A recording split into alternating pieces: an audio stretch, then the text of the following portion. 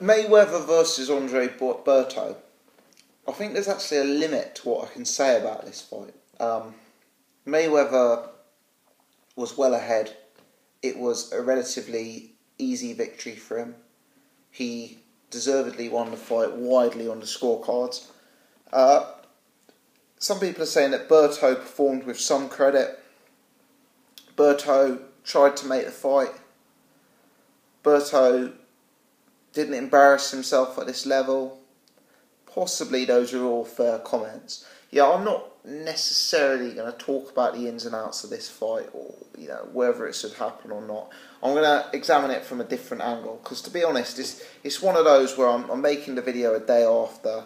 I didn't watch the fight live. I watched it back on a stream this morning, and other YouTube contributors have already done better, longer, stronger videos than the one I'm about to produce. So I'm not necessarily going to talk about stylistically how the fight broke down, because I don't see it as interesting. When a fight is so uncompetitive, when the gap between the two guys are so broad, you don't really need me to sit here and tell you that Mayweather's jab was more accurate. Mayweather was very defensively astute. Berto didn't have the technical capability of Floyd Mayweather. I want to examine it from a different angle. Firstly, let me say that I was somewhat disappointed that Floyd didn't get the stoppage in this fight. I predicted that the gap in class would be vast, and that was perhaps the least controversial prediction that anyone on YouTube has ever made, so I'm not expecting any praise for that. But I felt that the reason Floyd had chose Berto was because after the Pacquiao fight, he was looking to knock someone out. The Pacquiao fight was deemed a boring fight. There'd been other occasions, Miguel Cotto, Guerrero, Canelo, when people felt that Floyd should get the stoppage. And he didn't. And I thought the reason he'd chosen Berto was to end his career in a stoppage. I thought it was as simple as that. So I was disappointed in the last round, and I think Floyd was loading up on punches a bit more. He was trying to examine whether the stoppage was there to be had. But when it wasn't, when Berto wasn't just folding, Floyd kind of gave up on the stoppage. He got on the back foot. When the 10-second clock rung, he started celebrating and trying to stay out of range. And for me, that was very uninspiring. I wanted to see him get the stoppage. But the other element I wanted to talk about is, what on earth was Team Berto? What was their tactic? And I'm going to make a sort of long-winded point here, but you've got Virgil Hunter, supposedly this master tactician and master chess player, in the corner. For me, Berto never really gave himself a chance of winning this fight. Let's face it, Berto's chance of outboxing Floyd Mayweather was so small, so minimal, that it was basically an irrelevance. Berto was the younger man. He was supposed to be fast, powerful. For me, all he had to do was try and impose himself more in this fight. Try and, quite literally, take Mayweather's head off. Because, for me, this represented the epitome of just a puncher's chance.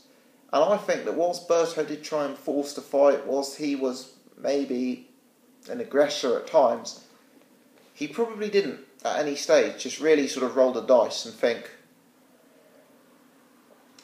I'm going to throw everything into the knockout here. He didn't just fight like he had a puncher's chance. And I think towards the end of the fight, when he sort of started to realise how vast the gap was, perhaps he kind of thought, I'm getting well paid, I don't want to get knocked out, I'm just going to settle.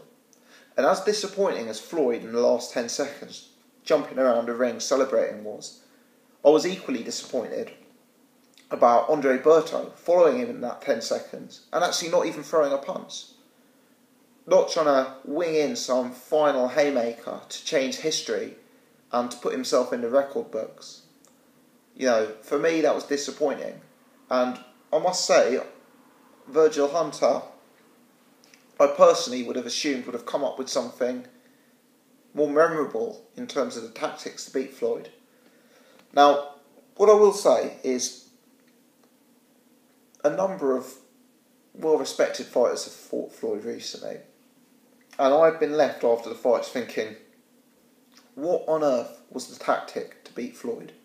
Yeah, Andre Berto, to my mind, didn't come up with a tactic to beat Floyd. Manny Pacquiao didn't come up with a tactic to beat Floyd. Saul Canelo Alvarez didn't come up with a tactic to beat Floyd. And perhaps, in its own way, that is perhaps a huge credit to Floyd Mayweather and Team Mayweather. Because Pacquiao and Canelo are certainly top-level fighters. Andre Berto is upper echelon. It's kind of inconceivable that Pacquiao and Freddie Rose, that Berto and Virgil Hunter and Canelo, that these guys had no tactic to beat Mayweather. It's kind of inconceivable that these guys just turned up on fight night and thought, I'll give it a go, without really putting much thought into how am I going to get the job done here. Realistically, they must have had some tactic. There must have been some plan. Maybe it's just that Floyd Mayweather is so effective at taking advantages away from an opponent, negating what they bring to the table, that their game plans are impossible to implement. I mean, who'd have thought that Floyd would turn Manny Pacquiao into a low-output fighter? Almost inconceivable. But perhaps, in a way, the lack of obvious tactic from Berto should be accredited more to Floyd and Floyd's greatness than Virgil Hunter and Berto's ineptitude. It's funny, when we're talking about it, just as a side note, I'll say that the only one who in recent memory seemed to come with a well thought out game plan and implement it was actually Marcus Maidana. His game plan wasn't overly complex. Push the action, come forward, use your size, throw haymakers, hit Floyd from every angle possible, overwhelm him, overpower him. It was a tactic that they stuck to and a tactic that had some relevance. But for me, Floyd Berto goes down as a disappointment.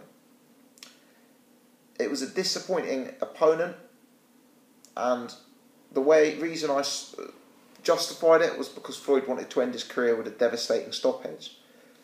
But it didn't happen, and what it meant was that it was a hold fest, and it was a relatively comfortable, predictable points win for Mayweather. Will he be back for 50-0? I do think it's likely. Do I see him fighting Brook, Khan or Furman? Probably not. Probably not. The more I think about it, I think it's going to be a rematch. And I think it could be the Cotto Canelo winner, or I think it could be Manny Pacquiao. Those are the money fights. Those are the glamour fights to end on. A Pacquiao rematch for the big bucks, or Cotto Canelo winner for the middleweight title. Because if Berto was supposed to be the ending, it was supposed to end with a knockout. And for someone as egotistical and someone who seems to be as legacy orientated as Floyd Mayweather, this is unsatisfactory. I think we will see Floyd return next year. And, we shall see. But Pacquiao rematch or Cotto Canelo winner strikes me as much more likely than the young lions, Khan, Furman and Brook. Let me know your thoughts. Thanks for watching.